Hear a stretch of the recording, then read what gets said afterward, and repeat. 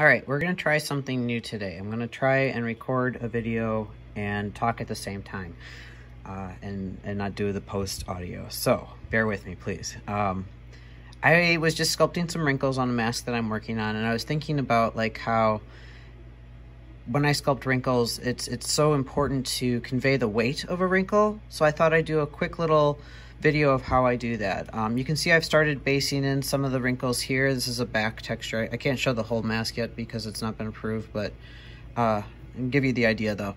And the idea with wrinkles is that they're tissue, but they also have weight. You can see here one of the references I'm working on. Sorry for the video. No. Okay. Let's see. Wrinkles, video, there we go. So here's the wrinkles I'm looking at right now. And you can see right here, there is weight. It's being pulled down by gravity. That's the key thing with wrinkles, is that it's the effect of aging on your skin. And your skin, as you become older, becomes less elastic. And it tends to look like thinner and more like tissue paper. And that weight tends to take a bit more of a toll on the skin.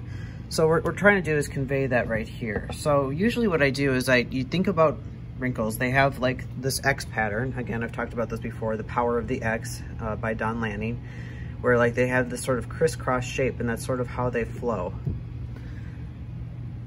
Another thing to know about wrinkles is that they tend to move counter to where the muscle is. So if your muscle is pulling, like right here is your trapezius, and it would pull in this direction. It's basically like this. So your wrinkles always go perpendicular to that pull. So the wrinkles are gonna go like this because the muscle goes like this. So one thing I like to do is I usually bulk out, and I'm gonna add a few superfluous wrinkles right now just to show you. Is I start with a little clay snake, and then I push it down.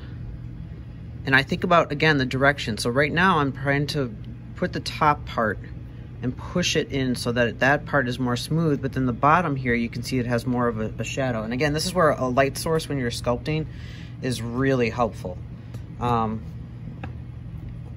So again, like it's smoother up here, and then here it has more of a gap that's creating that shadow.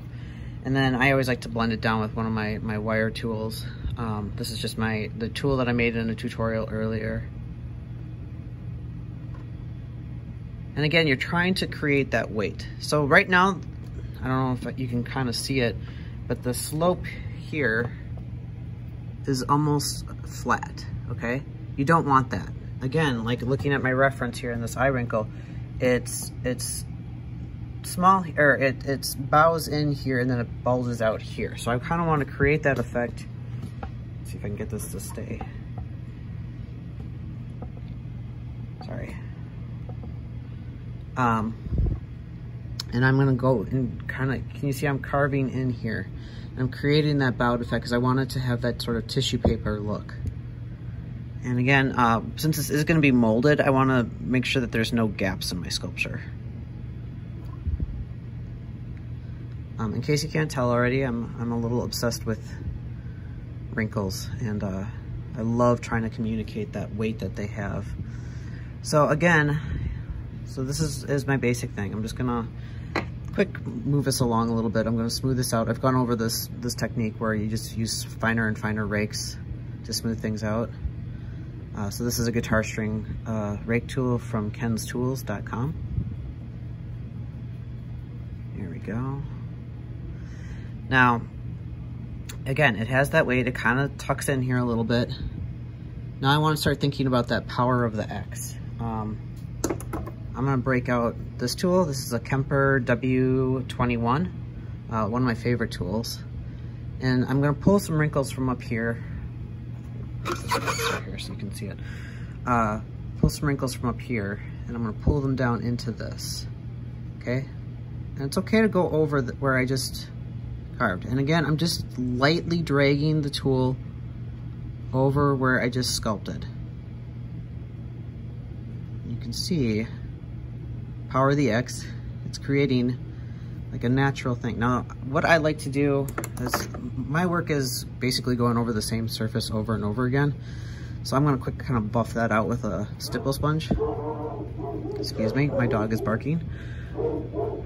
Since I'm gonna try not to edit the audio on this, I apologize for that. So again, I'm just gonna go over where I made those tools, and you see what I'm doing with this tool, because it has an angled shape to it, I can use it to create that cut that I did here. Since I'm going at I'm just digging in, and these are much slighter than the initial sculpt that I did, I don't have to add clay necessarily. There you go. I might choose to re-emphasize that. And I do like to go over the larger forms to create that shape. And I'm just buffing it with my finger here.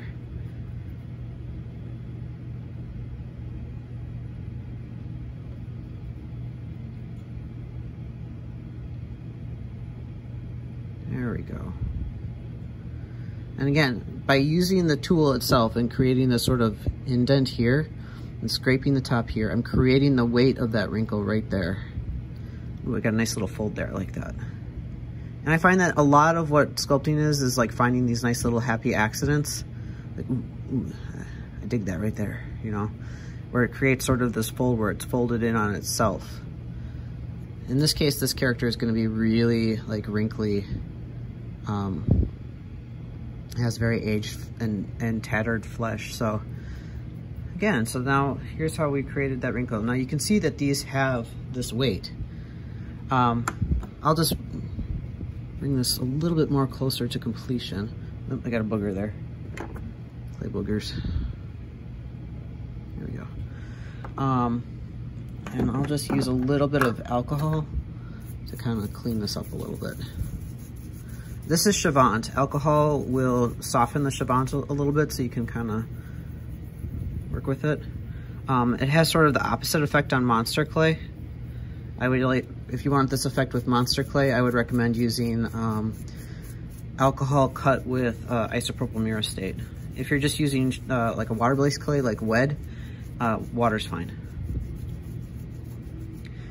There you go. So it's just basically that. And then you can do your superfluous textures, like here you can see like I have this tool here, so I could, if I want to take it all the way to the end, you know, I might add some skin texture like that. Which, whoops, I've done plenty of videos on how to add texturing. So there you go. There's some wrinkles. Let me see if I can zoom in a little bit. And again, like it's all about creating that weight, because your sculpture is not made of skin, but you want to create that effect. Anyway, thank you for watching. I'll try to do more videos like this where it's sort of in the moment. And if you have any questions, please ask them below. And thank you for watching.